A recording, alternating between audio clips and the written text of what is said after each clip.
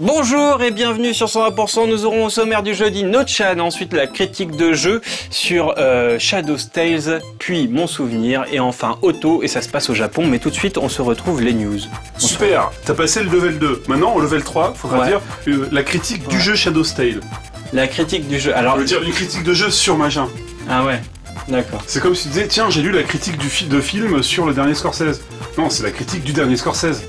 Enfin, du dernier Scorsese, enfin je me comprends. La dernière critique du film de Scorsese, ça me gêne pas. Moi.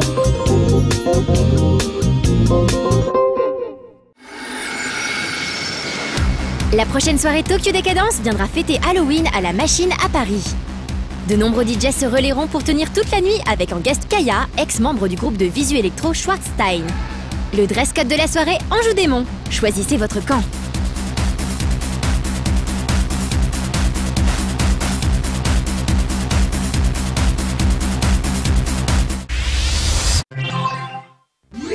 Sonic the Hedgehog 4 épisode 1 est déjà dispo sur iPhone et s'est même payé le luxe de sortir quelques jours avant les versions console de salon. En revanche, rien n'est prévu sur DS ni PSP. Une absence des consoles portables qu'on a du mal à expliquer, d'autant que le jeu était relativement attendu. Cela annonce peut-être une tendance à venir pour les prochaines années. De plus en plus d'adaptations smartphones à bas prix et de moins en moins de jeux sur portable vendus en boîte à plusieurs dizaines d'euros. On verra bien.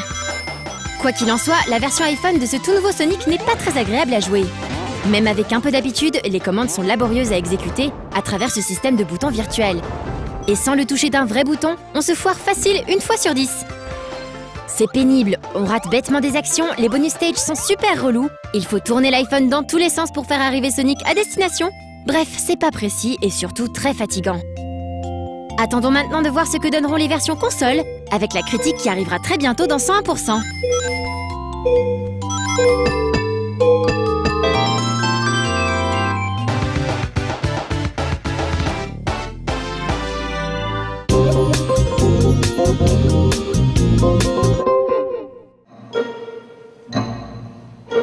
Suite au succès des deux précédentes éditions, Video Games Live revient en France pour la 3e année consécutive.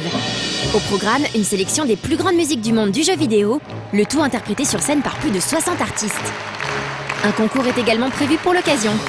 Il s'agira de se filmer en train d'interpréter, avec le ou les instruments de votre choix, une musique issue d'une série ou d'un jeu parmi une liste dans laquelle on retrouve entre autres Zelda, Mario, MGS, Final Fantasy ou encore Kingdom Hearts. Le gagnant aura le droit d'interpréter son morceau en live devant des milliers de personnes le 17 décembre au Palais des Congrès. De quoi se la raconter le lendemain dans la cour d'école ou au bureau.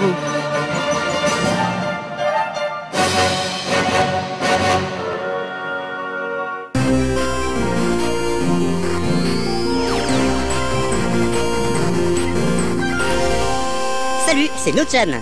J'ai toujours pas reçu mon mail de l'Adopi. Bon, faut dire que je suis pas un noob, hein.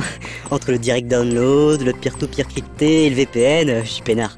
De toute façon, je récupère que des dojinshi alors. Cette semaine, on part à Akiba pour aller à un événement bien cool. Ça se passait au dernier étage de Super Potato. Cette chaîne de magasins est très connue des gamers, car c'est certainement la boutique de jeux rétro la plus fournie et la plus populaire de Akiba. Le dernier étage de ce magasin est en fait une salle d'arcade vintage avec des vieilles bornes et des vieux jeux. L'idéal pour se replonger avec délice dans l'ambiance des années 80. Et tout récemment, cet espace arcade a accueilli le temps d'une soirée l'événement Hardware Girls. Alors, Hardware Girls, qu'est-ce que c'est? Déjà j'aime bien le nom.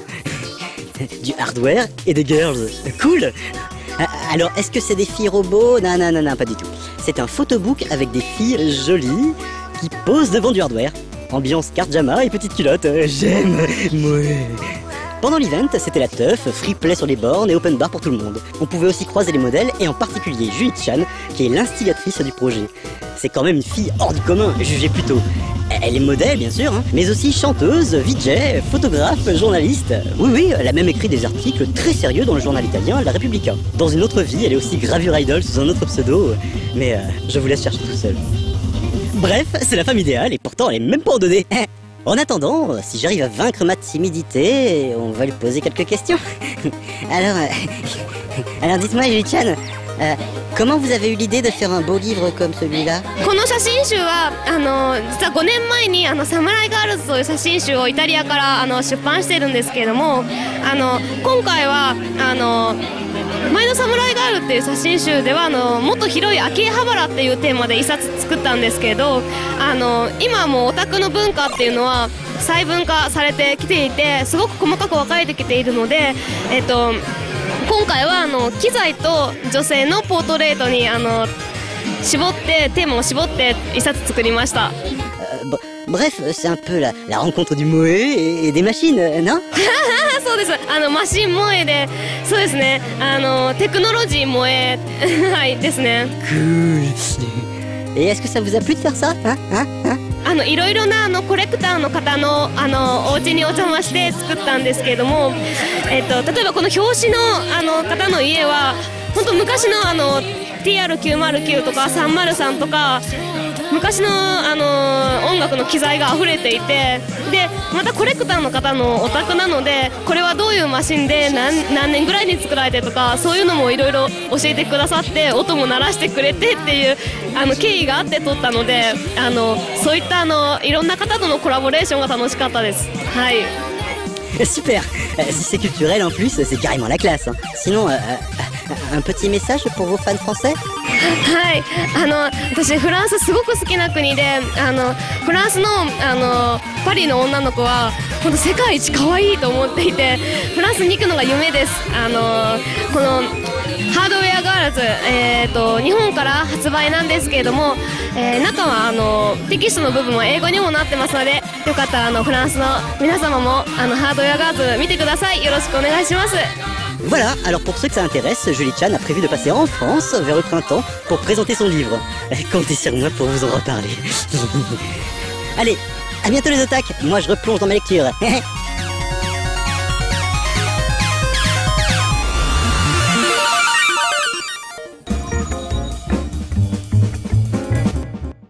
Hudson Soft, ce n'est pas rien, c'est quand même les gens qui ont fait Bomberman. D'ailleurs, il y a un petit débat sur la meilleure version, est-elle Super Nintendo ou est-elle sur PC Engine? Ce débat n'empêchera pas du tout sur cette émission, car ce n'est pas du tout le lieu, ni l'endroit, ni le moment, ni tout ce que vous voulez. On est là pour parler de Shadow's Tales, qui est le dernier jeu donc de Hudson sur Wii, qui est, c'est quoi? C'est un truc un peu à la Ico, donc... quelqu'un qui doit aider un autre personnage, je suppose.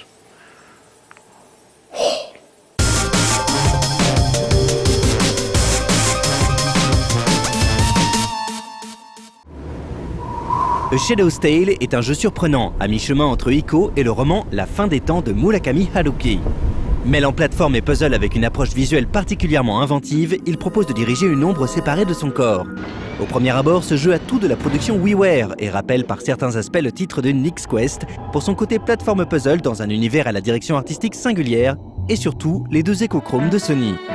Si le premier se contentait de jouer sur les perspectives, Echochrome 2, prévu pour la fin de l'année, incorpore à l'aide du PlayStation Move la possibilité de modifier les ombres projetées en déplaçant une source lumineuse exactement comme dans le titre de Hudson Soft. Jeu incessant sur la notion de perspective et la profondeur de champ, Shadow's Tale marque encore sa différence à l'aide d'un scénario étrange, qui renvoie définitivement à celui d'Ico. En fait, cette production semble aimer se mouvoir dans l'ombre d'Ico.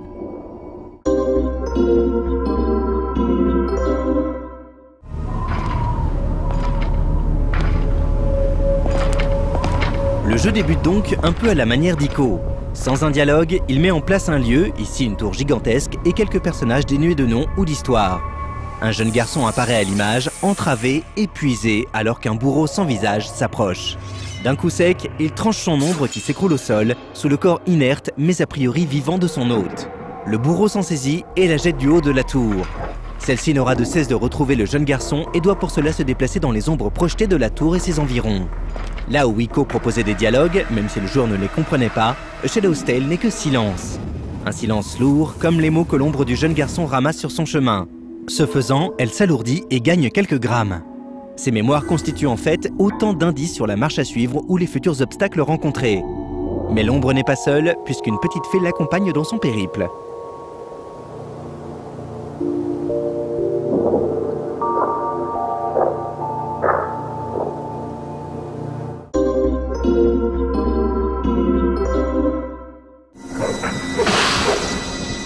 Réalisé en 3D, Shadow's Tale n'en propose pas moins un gameplay 2D.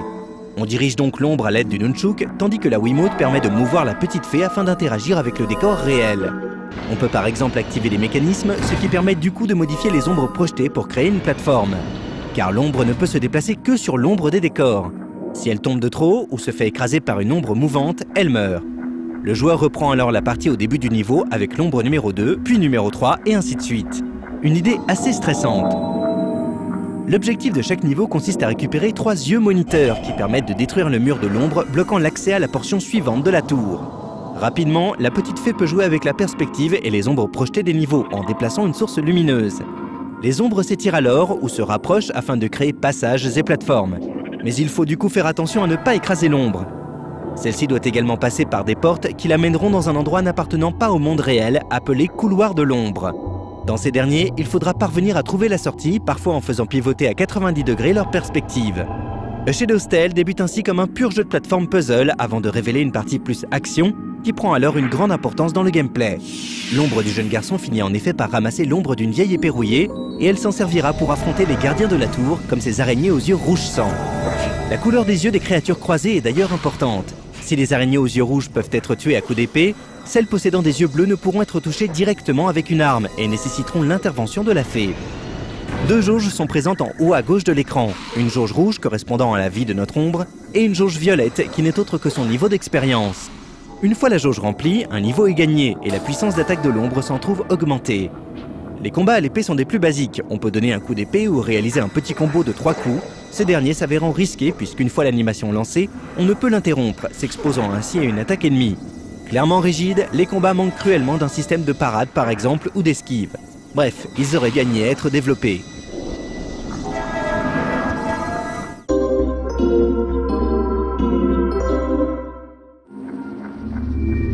Le concept du jeu est intrigant et sa direction artistique séduisante. Certains passages impressionnent et le joueur doit sans cesse jongler entre les 2 plans, celui de l'ombre et celui réel où la fée peut intervenir. On doit ainsi garder un œil en perspective et la mise en scène de A Shadow's Tale joue avec une certaine finesse, à l'aide de légers mouvements de caméra ou au contraire de coupes brutales, en passant d'une valeur de plan à une autre. Malheureusement, une fois la magie des premiers instants passée, l'austérité du jeu finit par se retourner contre lui. Froid, glacial même, le jeu Hudson Soft risque de refroidir la plupart des joueurs, même ceux que les concepts différents attirent. Les musiques sont rares et l'ambiance sonore, pourtant travaillée, finit par devenir pesante. Les combats répétitifs et peu engageants prennent rapidement un peu trop de place dans le gameplay pour finalement le ramollir, ce dont il n'avait pas besoin. Sa direction artistique et son level design restent suffisamment malins pour séduire les joueurs Wii souhaitant s'essayer à des productions plus indé, bien loin des party games auxquels ils sont habitués.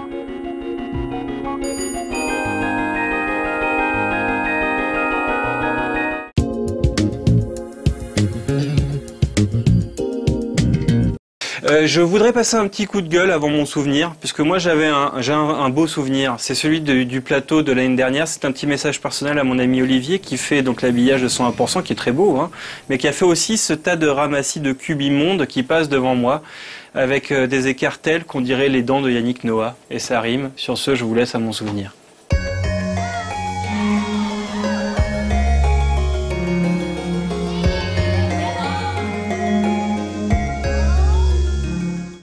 まあもちろんいろいろあるんですけど、あそこまでこうちょっと熱中して夢中になってやったゲームがないかなっていう意味でやっぱり Doom 2を挙げますね。まあやっぱり日本のゲームとかやってても、例えばそのこう時間をやっぱり忘れるっていうぐらいのめり込むことはあんまないんですけども、本当にこうやってて気づいたら朝だったみたいな、そのくらいこう夢中にこう入り込んでやったゲームですね。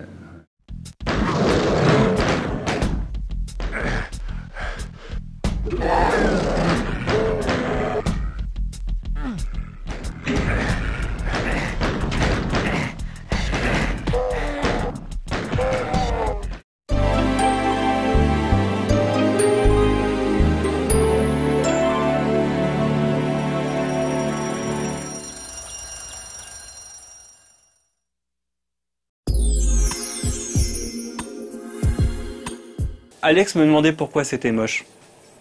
Je vais vous le dire, c'est moche parce que, comme je le disais précédemment, c'est qu'on dirait les dents d'Yannick Noah, donc à savoir qu'il y a un espace énorme entre chaque cube, qu'il y a une perspective tout à fait bizarre. Mais on en a parlé avec le créateur est tout à fait d'accord avec moi. Il nous a promis une rustine Je suis pas sûr, mais je le dis à l'antenne, comme ça va lui mettre la pression. Parce que je regrette mon beau plateau de l'année dernière. Parce que t'as vu l'écart là, quasiment? C'est un truc de fou, quoi. Je vous propose de regarder Otto. Je sais, ça ne vous intéresse pas, ces histoires d'habillage, mais moi, ça me gêne.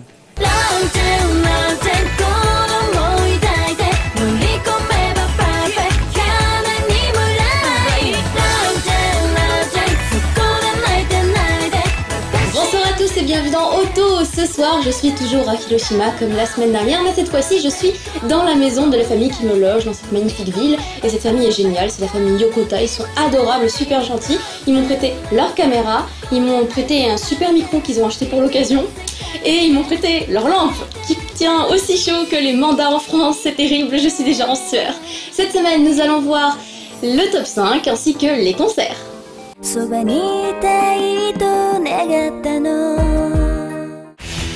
On commence les concerts de fin octobre avec le Japan Anime Live. Pour la première fois en France et en Europe, un spectacle musical autour des animés à succès avec des artistes qui se produiront en live. Ce sera le 23 octobre au Zénith de Paris. Ce même soir, au Sunset à Paris, le chanteur et guitariste Hasegawa Kiyoshi vous fera découvrir sa musique. Sa voix de crooner et sa cécité vous rappelleront peut-être d'autres artistes de grande envergure. Adorateurs de world music, ne ratez pas cet événement. On continue avec Kokia. Sa tant attendue tournée s'achève, il ne lui reste plus qu'une date en France, et c'est celle de Paris le 24 octobre au Théâtre Michel.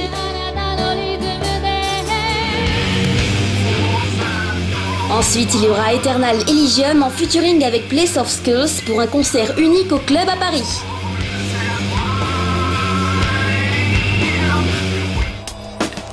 On enchaîne avec DJ Crush qui sera présent pour 2 dates. Ça n'a pas changé, c'est toujours le 29 octobre à Faisin à l'épicerie moderne et le 30 à Vendôme au Minotaur pour le festival Rocomotive.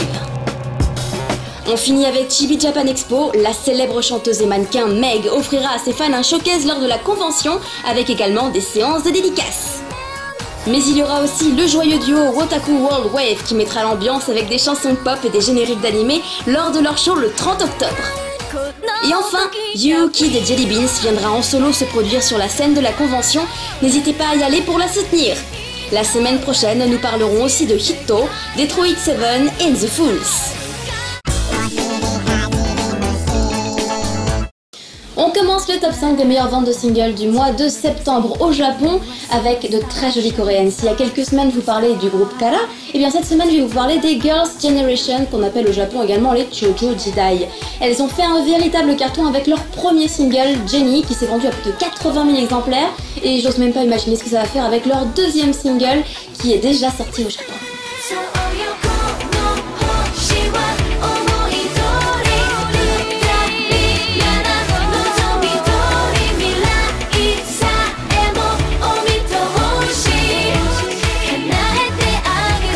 Ensuite, en 4e position, nous avons le groupe Otherworld avec leur single Korea qui signe là un nouveau générique de la série Gundam et c'est pour ça qu'il y a une 3e édition du single à l'effigie de Gundam, évidemment.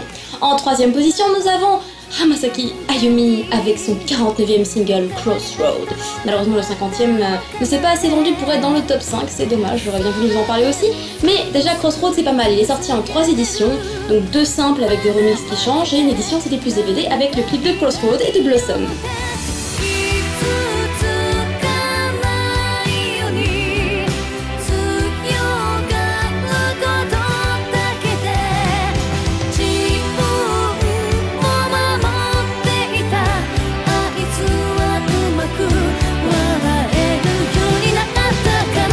En 2e position de ce top 5 des meilleures ventes de singles du mois de septembre au Japon, nous avons Exile avec leur nouveau single Mototsuyoku.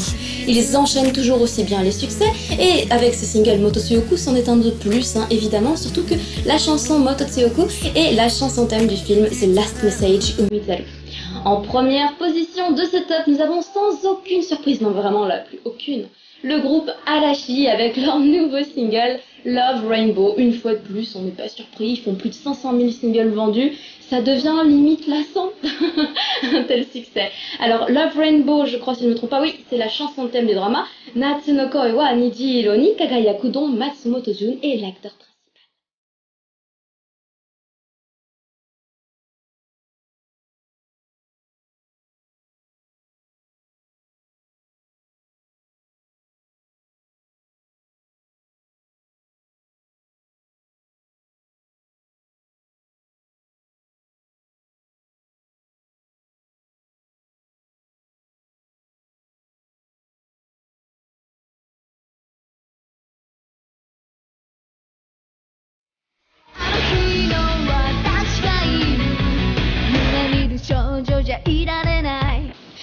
Ça y est, c'est la fin de l'émission, il est temps maintenant de parler des nouveautés qui arriveront à l'antenne juste après le JTAP samedi soir.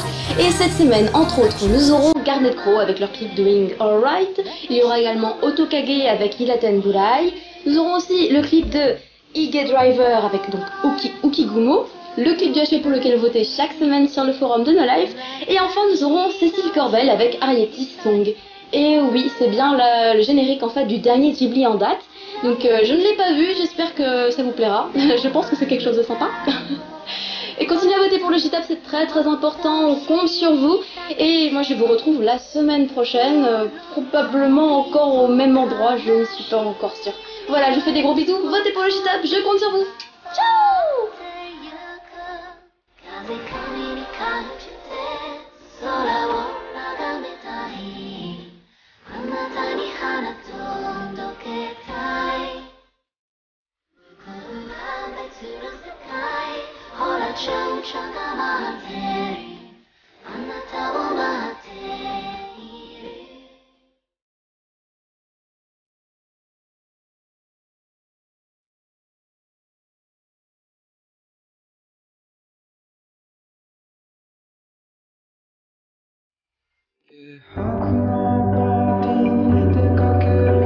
En fait, la flèche, quand elle arrive là, c'est bien, tu vois. Derrière, c'est bien. Et puis quand elle revient là, juste là, tu vois, il y a juste un angle de quoi, ça fait quoi ça? 100 degrés? Non, qu'est-ce que je raconte? Ouais, 90 degrés, quoi. Où ça se passe mal, ça se passe mal. Voilà. Histoire de perspective, on en a parlé avec notre ami Olivier, c'est une histoire de caméra qu'il a pris la mauvaise focale et tout ça, et qu'il peut pas la redescendre parce que, en attendant, t'as pas d'excuse Olivier. Sur ce, je vous dis au revoir, dis donc quel plateau de fin extrêmement long, mais c'est pour l'intérêt public de No Life que je vous dis tout ça.